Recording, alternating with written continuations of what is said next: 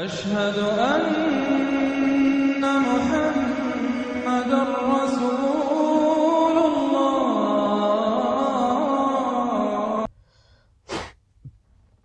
तो मेरे फौजी भैया, मेरे पुलिस वाले भाइयों, आपके हुक्मरान अधर्मी हैं और आप अगर नहीं संवारोगे तो फिर चाइना आ रहा है 9 मुल्क लेकर मुसलमानों के, वो आपको संवारेंगे। क्योंकि मैं पहले बता चुका हूं कि हर इंसान को अपनी अपनी जान की फिक्र होती है।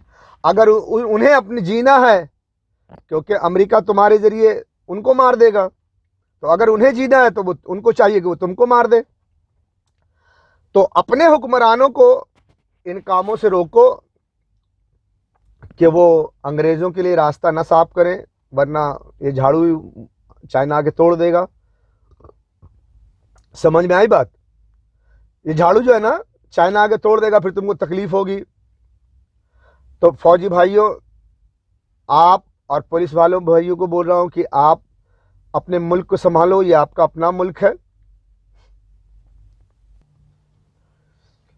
तो मैं आपको ये बताना चाहता हूं कि भाइयों, आप जो है ना अपने मुल्क को संवारें।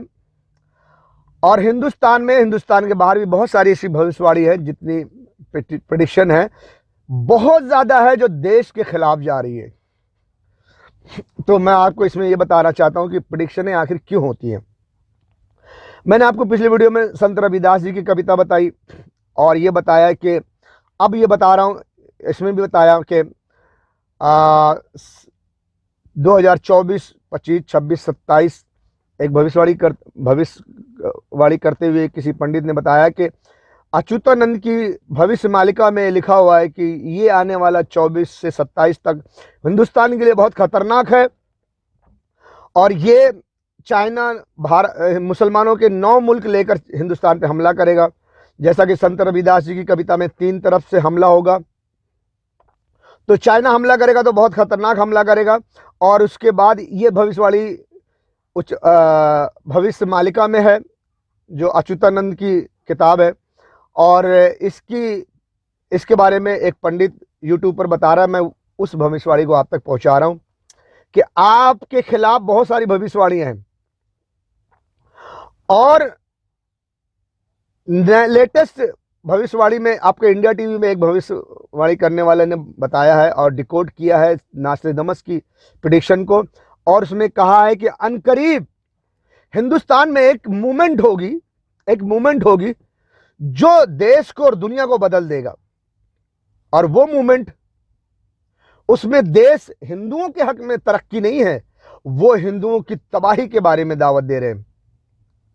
तो वो प्रेडिक्शन के बारे में अभी ज़्यादा मैं आपको नहीं बोलूँगा, क्योंकि उसके अलावा और भी प्रेडिक्शन है, वो लेटेस्ट है। नास्ट्रेडमस की में बहुत सारी बातें कही गई है, लेकिन उसको आप उल्टा समझते हो।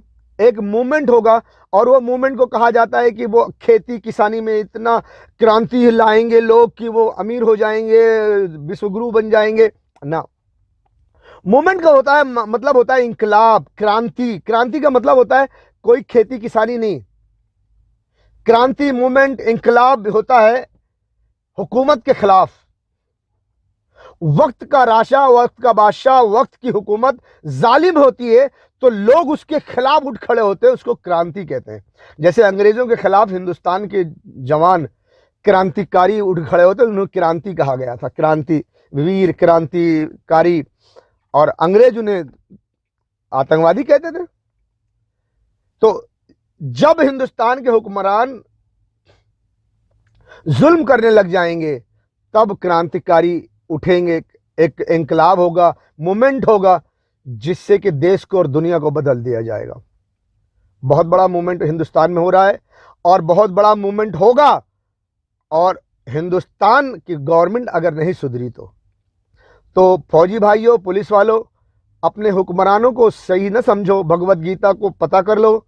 वक्त का राजा अधर्मी है और वो अधर्म के लिए काम कर रहा है।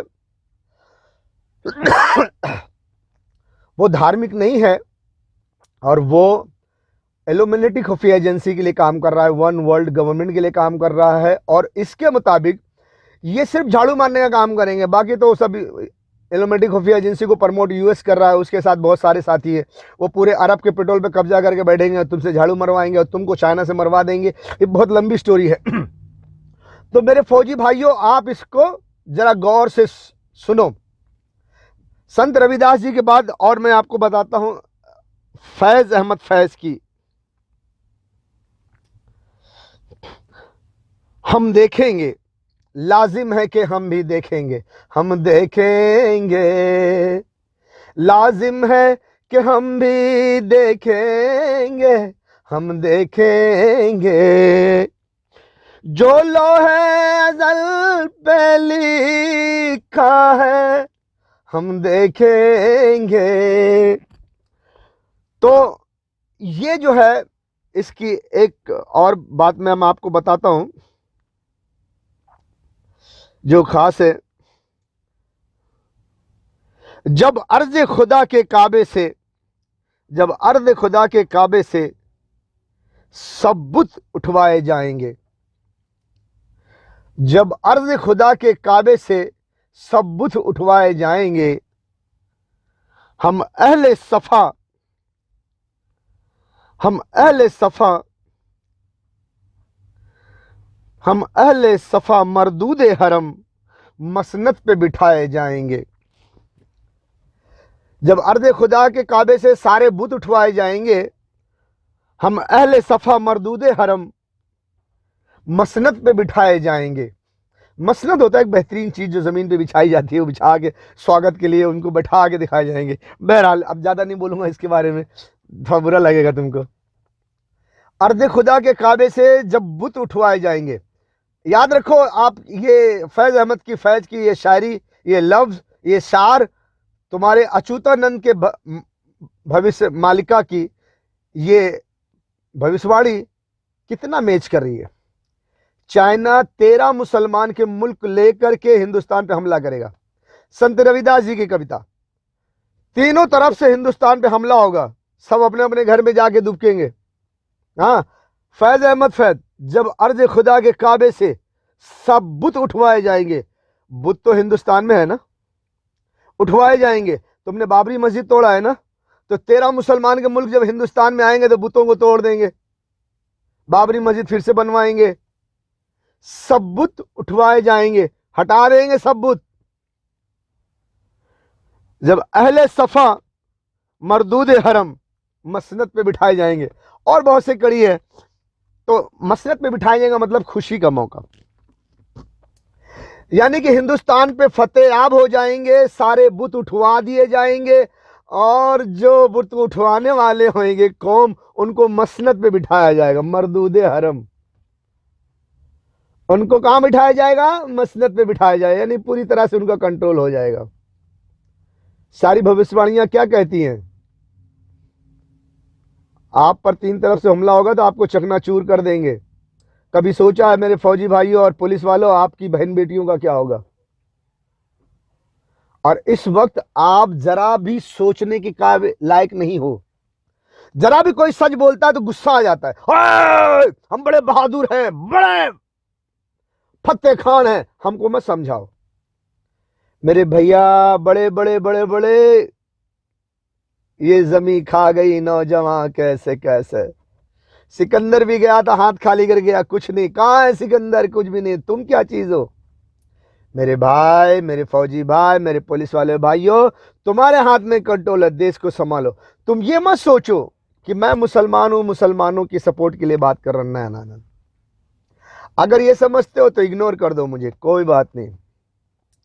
लेकिन जब तुम बर्बाद हो जाओगे, 3 तरफ से हमला होगा, तुम्हें पकड़ लेंगे, फिर तुम्हारे बुत उखाड़े फेंके जाएंगे, फिर तमाम उनके चाहने वालों को मसनद पे बिठाया जाएगा, तुमको तो मसनद से उतार दिया जाएगा। हट चल है ना? आज मसनद पे बैठे हो ना, तो क्या कह रहे हो? मस्जिद पे बुलडोजर चला दो, गिरजा पे, पंजाबियों के गुरुद्वारे पे बुलडोजर चला दो। अभी योगी जी की महफिल में हिंदू बात कर रहे हैं कि पंजाबियों के गुरुद्वारे को भी गिरा दो।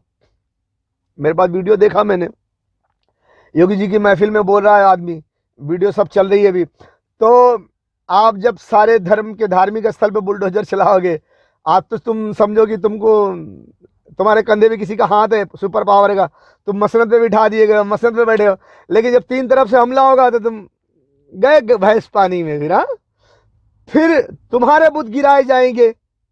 आज तुम बुलडोजर चला रहे हो मस्जिदों पे, कल फिर तुम्हारे बुत खानों पे बुलडोजर चलाए जाएंगे और उसके बाद मुसलमानों को मस्जिद पे बिठाया जाएगा, है ना। अब हम आपको ये बताते हैं कि भविष्यवाणी, कुछ लोग कहते हैं कि नहीं भविष्यवाणी सच नहीं होती, कुछ लोग कहते हैं नहीं जी झूठ होती है, कुछ लोग कहते हैं नहीं सच होती है।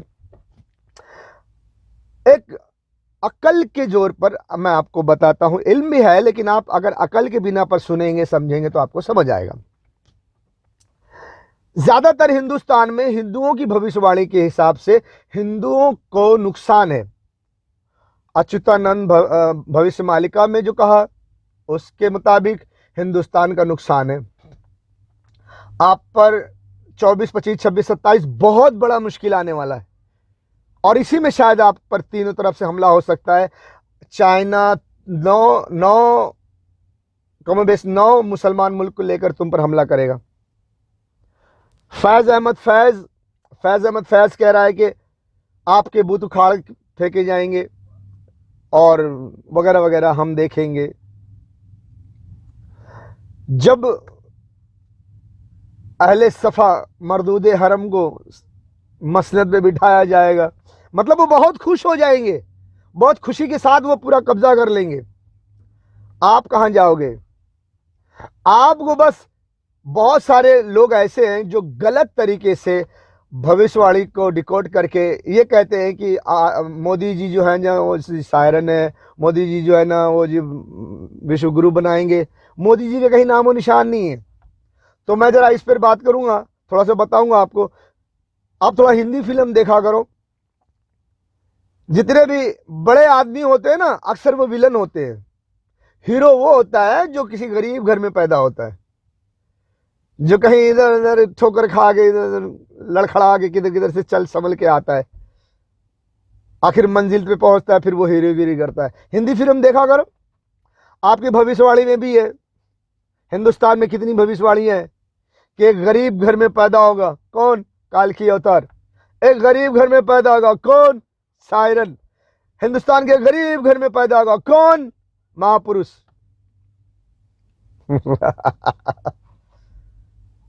मोदी जी गरीब घर में पैदा जरूर हुए होंगे, चाय वाले बोल के, गरीब तो नहीं है। उनका कार्य शुरू होने से पहले वो अमीर हो गए। वो कब से बीजेपी के आरएसएस के मिनिस्टर हैं, नेता हैं? आज से हैं? जमाने से हैं। तो क्या किया उन्होंने? विश्वगुरु बना दिया? नहीं बनाया। किसका साथ लिया? सुपर पावर का। सुपर पावर जो विलन है। तो हिंदी फिल्म देखा करो। विलन का साथ विलन ही देता है, विलन के ही ग्रुप में जाता है। हीरो कौन होता है? अब आप अगर पेशेंट गोई देख ले, काल्की अवतार, क्या सुपर पावर से जाके दोस्ती करेंगे? भैया आ गए हम।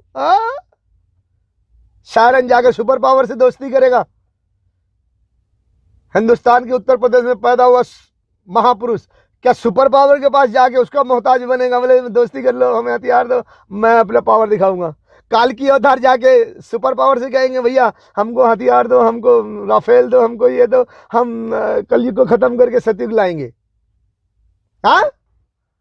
अरे बाबू कुछ समझ में आता है क्या? हाँ, कुछ समझ में आता है कि जो हीरो होता है वो विलन के पास जाके मोहताज नहीं होता। विलन के पास हीरो होता है। फिल्म देखा करो, आगाज देख लो, मोहरा देख लो, और बहुत सारी फिल्में देखो। विनाश काल विपरीत बुद्धि, जिसके विनाश का दिन करीब आ जाता है तो विनाश से पहले उसकी बुद्धि को भ्रष्ट कर दिया जाता है। क्यों? बुद्धि अगर काम करेगी तो फिर विनाश मुमकिन नहीं है ना। इसके लिए पहले बुद्धि भ्रष्ट किया जाता है कि वो सोच समझने की ताकत न रखे, फिर इसको भ्रष्ट कर दो। तो इसी तरह है कि तुम्हारा विनाश होने वाला है, इसलिए तुम्हारी बुद्धि भ्रष्ट है। खाली हवाई पानी की बुलबुले की तरह कर रहे हो मेरे भाई। सोचो सोचो सोचो सोचो। हिंदुस्तान की सारी पिटीशन तुम्हारे खिलाफ है और तुम पर तीनों तरफ से हमला होने वाला है। संभल जाओ, संभल जाओ। 24, 25, 26, 27, 24, 25, 26, 27, इससे पहले तुम अपनी हुकूमत को अपने कब्जे में ले लो और हिंदुस्तान को संभालो, नहीं तो गए काम से गए भैंस पानी।